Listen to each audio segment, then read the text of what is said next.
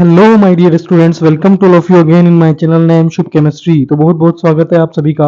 आज की वीडियो से मैं डिस्कस करने वाला हूँ मोल कंसेप्ट से रिलेटेड बहुत ही फंडामेंटल क्वेश्चन, जो कि आपके काफी डाउट्स को क्लियर करेगा। और पिछले कुछ वीडियोस में मैंने मोल कंसेप्ट से रिलेटेड काफी क्वेश्चंस अपलोड किए हैं। If you are not goes through, please go and benefited to all. So let us start the today's question. Today's question is based on the normality और equivalent rate. तो ammonia gas जो है water में highly soluble है और alkaline solution NH4OH के साथ हमें इसे ट्रीट करना है। तो पूछ रहा है NH3 का वॉल्यूम कितना होगा, यानी कि जब अमोनिया को वाटर में डाला, डिजोल्व किया, तो अमोनियम हाइड्रोक्साइड बनता है, दैट इज NH4OH, और इससे अमोनिया गैस रिलीज होती है। तो कितनी गैस रिलीज हुई है? 8 STP, यानी वॉल्यूम पूछा गया है। और साथ में इसको इक्विलेट करने के लिए हमें H2SO4 सॉल्यूशन के साथ टाइट्रेट किया गया है, यानी कि हमें ग्राम्स इक्विवेलेंट लो लगाना पड़ेगा। और यहाँ पर कंसिडर ये है कि इसकी स्ट्रेंथ ओनली 0.25 है, यानी कि not 100% consider. So let us start. Initially equivalent की बात करूं तो इक्विवेलेंट ऑफ H2SO4, लेकिन कहाँ पे? इनिशियल स्टार्टिंग में, इनिशियल कंडीशन में इक्विवेलेंट कितने होंगे? जो होंगे molarity, that is N1 into V1। Molarity हमें गिवन है। एन फैक्टर H2SO4 का कितना होता है गाइस? 2 होता है। तो यहां से हमें क्या हो गया? मिली इक्विवेलेंट इनिशियली पता चले गए। अच्छा, मिली इक्विवेलेंट कितने रिक्वायर्ड जब NH3 पास की? When NH3 passed.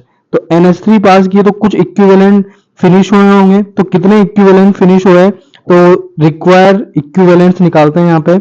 Required equivalents of H2SO4 जो कि अमोनिया के लिए टाइट्रेशन में रिक्वायर है, यानी कि 0.25 स्ट्रेंथ से मुझे मल्टीप्लाई करना पड़ेगा। Not 100% use, n factor again 2 है, और यहाँ पर हमें वॉल्यूम कितना दिया हुआ है? 100। तो ये कितना आएगा गाइस? 50। यानी इनिशियल इतना था और बाद में होगा। अगेन ये इक्वेशन कहाँ से आई है? N1V1 से फॉर्मूले से मैंने अप्लाई किया है, N1V1, और यहाँ पे क्या है? स्ट्रेंथ को कंसिडर किया है। तो कितने रिमेनिंग मोल्स बचे होंगे, इक्विवेलेंट्स बचे होंगे? ये जो milli moles, milli equivalents of H2SO4 कितने कंज्यूम हुए होंगे? Initial minus final, this one करेंगे तो अब answer will get 100 minus 50, that will work 50 milli equivalent of H2SO4। और यही इक्विवेलेंट किसके बराबर होंगे guys? Milli equivalent of NH4OH के बराबर होंगे, यानी मिली इक्विवेलेंट दोनों के क्या होंगे? इक्वल। तो यहां से मुझे मिली इक्विवेलेंट्स ऑफ किसके बारे में पता चल गए? NH4 मिली इक्विवेलेंट, और milli equivalent of NH4OH is equal to milli equivalent of NH3।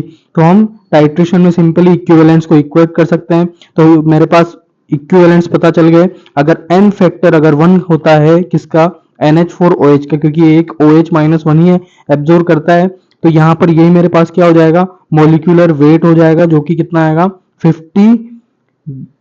अगर मुझे वॉल्यूम निकालना है मोलर मास से, तो क्या करता हूं मैं? इसको 22.4 से मल्टीप्लाई करता हूं, क्योंकि हमें एट STP पर निकालना है। तो STP पर 1 मोल का वॉल्यूम होता है 22.4। तो फाइनल जब इसको सोल्व किया जाएगा हमारा आंसर होगा 1.12 litre. I hope it is clear to all of you. Thank you guys.